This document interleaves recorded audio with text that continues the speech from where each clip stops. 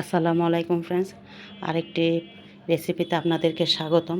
আজকে আমি তৈরি করে দেখাবো খুব কম সময়ে ঝামেলা ছাড়া খুব সহজেই তৈরি করা যায় এবং তৈরি করলে ভীষণ মজাদার হয় এইরকম একটি নুডলসের রেসিপি। তো চলেন আমরা মূল পর্বে চলে যাই।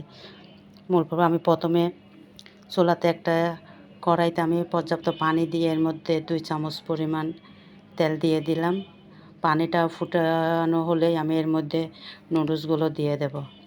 নুডলসগুলো দিয়ে ভালো মতো নেড়ে চেড়ে নেব, ভালো মতো নাড়তে থাকবো। এই যে আমার নুডলসটা প্রায় হয়ে গেছে, আমি এখন চুলা থেকে নামিয়ে বলবো।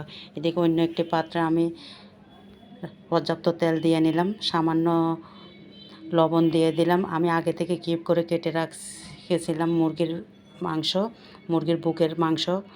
ওখানে কোনো হাড় নেই। মাংসগুলো আমি তেলে ভেজে নিলাম। এর মধ্যে আমি দিয়ে দিলাম, আমি একটা আলুকে ছোটো ছোটো টুকরা করে কেটে রেখেছিলাম, সেই আলু সহ দিয়ে দিলাম। এগুলোকে লাল করে একটু ভেজে নেব। এর মধ্যে তারপর আমি দিয়ে দিলাম হচ্ছে পেঁয়াজ কুচি। এবার তিনোটা মিশ্রণ একসাথে ভালো মতো আমি ভেজে নেব। হালকা একটু ভাজা হয়ে গেলেই আমি এর মধ্যে দিয়ে দেব 2টা ডিম। আমি 2টা ডিম ব্যবহার করছি, আপনারা আপনাদের নুডলসের আন্দাজ অনুযায়ী দেবেন। এবার ডিম সহ মুরগির মাংস আমি এবার ভালো মতো ভেজে নেব।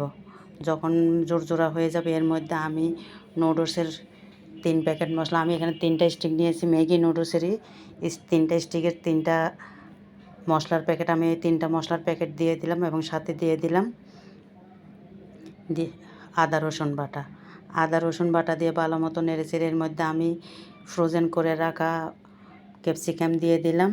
তারপর দিয়ে দিলাম 1.5 চামচের মতো সয়া সস। তারপর দেব হচ্ছে টমেটো ক্যাচাপ দিয়ে আমি ভালো মতো ইনগ্রেডিয়েন্টগুলোকে ভালো মতো ভেজে নেব। ভালো মতো ভেজে এর মধ্যে আমি দিয়ে দেবো কাঁচামরিচ কুচি, একটু জাল ভালোই লাগে খেতে। তারপর স্বাদ মতো লবণ দিয়ে দিলাম। স্বাদ মতো লবণ দিয়ে আবার নেড়ে চেড়ে নিচ্ছি। একদম জর্জরা হয়ে যেতে হবে। প্রায় জর্জরা হয়েই আসছে। এরপর আমি এর মধ্যে নুডলসগুলো দিয়ে দেব। নুডলসগুলো আমি দিয়ে দিলাম। নুডলসগুলো দিয়ে এবার আমি সবগুলা মশলার সাথে আমি নুডলসগুলো ভালো মতো মিশিয়ে নেব। জিনিসটা একটু কষ্ট, তাও ভালো মতো আমি মিশিয়ে নিচ্ছি। ভালো মতো মিশিয়ে নিলাম।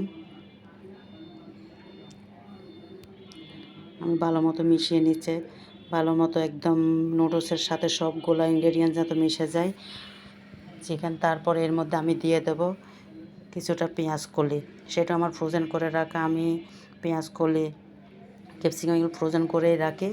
এবার সবগুলো উপকরণ মিশিয়ে নিলাম। আমার নুডলস রান্না প্রায় শেষের দিকেই, আমার প্রায় হয়ে গিয়েছে নুডলস রান্না।